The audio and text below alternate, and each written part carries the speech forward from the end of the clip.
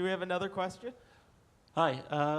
Wondering what is it like when you see yourself on screen and you see the transformation, some of the makeup, like I know you did a movie where you played Frankenstein, and it was pretty intense makeup, but what is it like when you see that movie for the first time and you see the finished product? Well, it is always pretty cool to watch the transformation. You know, you're sitting down on a makeup chair for 3, 4 hours, 5 hours, but you see yourself in the mirror, how you transform into this character or this monster. And it is cool. It is fun. You know, it's. I guess I'm getting used to it, seeing myself on the screen, which is weird, but I am getting used to it. And do you use it to scare your kids? Because, yeah, you do. I see that smile. I would love to bring makeup. If I can bring makeup at home. There's where, actually, I was shooting Percy Jackson. I played two characters in Percy. The Polyphemus is the Cyclops, and the other is the Last Neuronian, which is a big henchman, biker henchman monster. And did the makeup, and then we were on kind of a break before we were shooting. I had to go back to my trailer, and I brought my family with me. And this is in New Orleans for sure. And so we watched.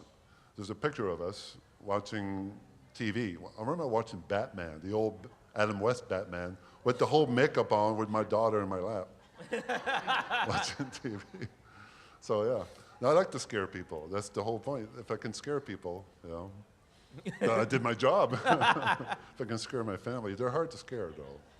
They really are. Dad.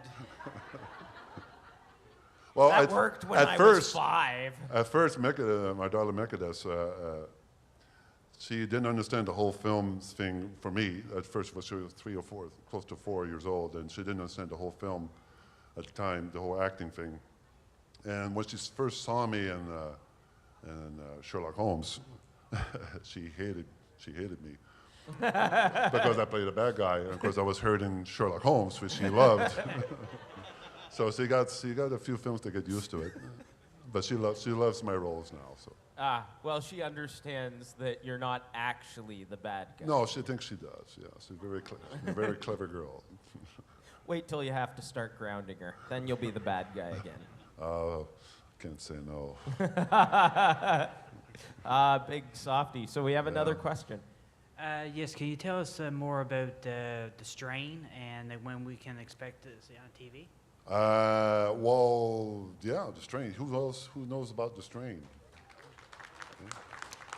All you need to know is Guillermo del Toro vampire, and then you see what direction they go to. I mean, we're not going to be Twilight cute vampires. You promise you won't sparkle? We're not going to sparkle. Because that pretty much ended vampires for me. Well, we're taking it back to its roots. It got to be. So what we need is horrifying. a fan art picture of a giant vampire, Robert Maillet, picking diamonds off of the skin one by one. Tearing heads off of the Twilight characters. I can do that. No, the strain. Well, the strain is for people who don't know. It's Guillermo del Toro who co-wrote the story, and he wrote books of it, novels, a series of books, 3 books, and so they're going to turn into a TV series produced by FX Network, and it's about the end of the world, apocalyptic, where vampires take over the world. Simple enough. Don't they starve if they take over the world? Well, you got to read. There is an explanation, but I can't say. I don't want to spoil. So buy the book. But think of this FX answers to The Walking Dead, but vampires instead. That's how dark it's going to be. It goes to directions they go to. It's, and it's gory and scary, and it's all because of me. There you go. So I play Guillermo offered me the role as the master, which is the master vampire, the ancient vampire, who kind of responsible bringing the strain of vampirism to New York. So I guess. what's the name of your character in that? The Master. They don't give him. Well, he has a backstory. Of course, he takes over this body of this man called Joseph Sardou. He's an English nobleman back in the 18th century in Eastern Europe, where the Master takes over his body. But of course, that man is 7 feet tall.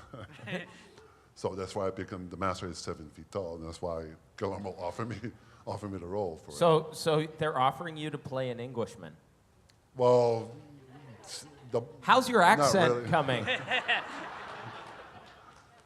Pretty good.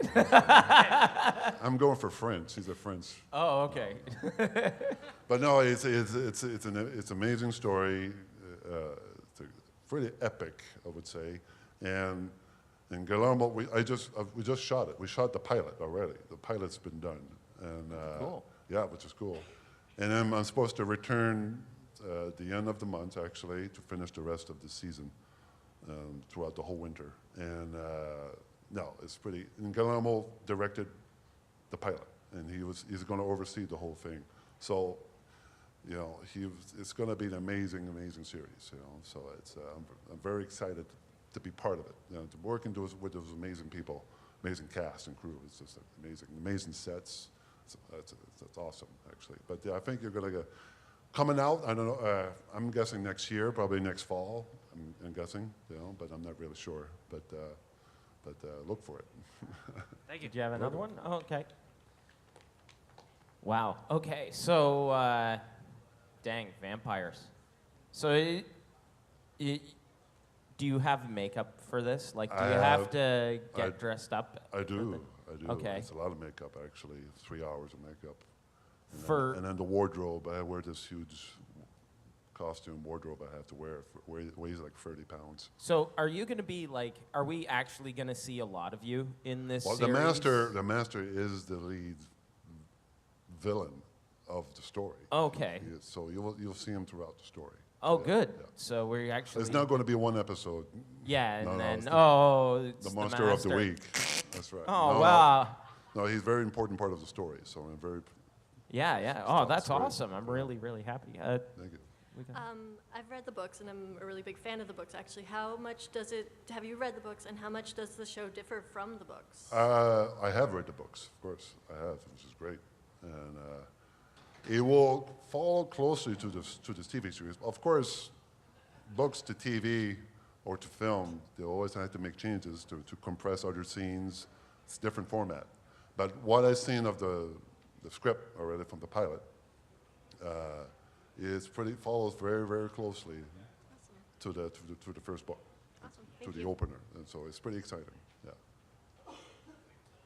Yeah. Now, I was watching Pacific Rim, and there's one scene that in the movie where you and what's the name of your co-pilot in the A character? Yeah. Sasha. Played by Are- Heather Dixon. Yeah. Yeah. You are standing on a bridge and you're watching them try to pilot this thing. That's right. And you give the dirtiest look I have ever seen. Like, how many you had your start in wrestling, your background in wrestling. Yeah. Is there like a lesson in giving dirty looks? Because when you do that, I'd go, "Ew. That's something I don't ever want to see you give me, because I have a feeling it's one of those things that you see just before you die."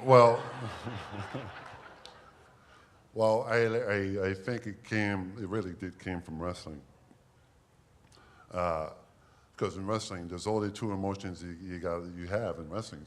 You're very, very angry, or you're in pain. Either way. And of course, the way I looked, in wrestling, I took advantage of being the mean bad guy, I guess, and the angry giant. And so I used to make faces that can make I have pretty. Oh, please don't. No. No. There's a point where it can stick out my neck, all my nerves, and my veins out of my neck too, as well. But from wrestling, so I knew that it might help in films because I do kind of sometimes intimidate people. Sometimes, not the family, but yeah. Actually, Not you are one friends, of I the can't. nicest guys I have ever met. But Like, it's you're really nice and soft-spoken, thank you. and people jump to conclusions. Well, yeah, but sometimes I like to trick people. Sometimes. But it's fun to play roles. You're in wrestling or in films, TV, play characters that you're totally not in real life. You know, you can be an asshole and get away with it. You can be the evil stuff you can't do in real life. You know, you don't suffer the consequences. And it's Everybody great. expects it of you. You know, but you really let loose. You know, you can. All the little things in your head, especially when you're driving, you know, guy cuts you off, you can't do anything, but in film you can. You just you let your aggression out without hurting the actor. You know? That's one thing. Or hurting the other. Punching him in or the punching face. him in the face. Yeah. But You have a question? First, I'd like to say, rural New Brunswick is proud of you. Thank you. And if you could go back to wrestling, would you keep Kurgan as a character?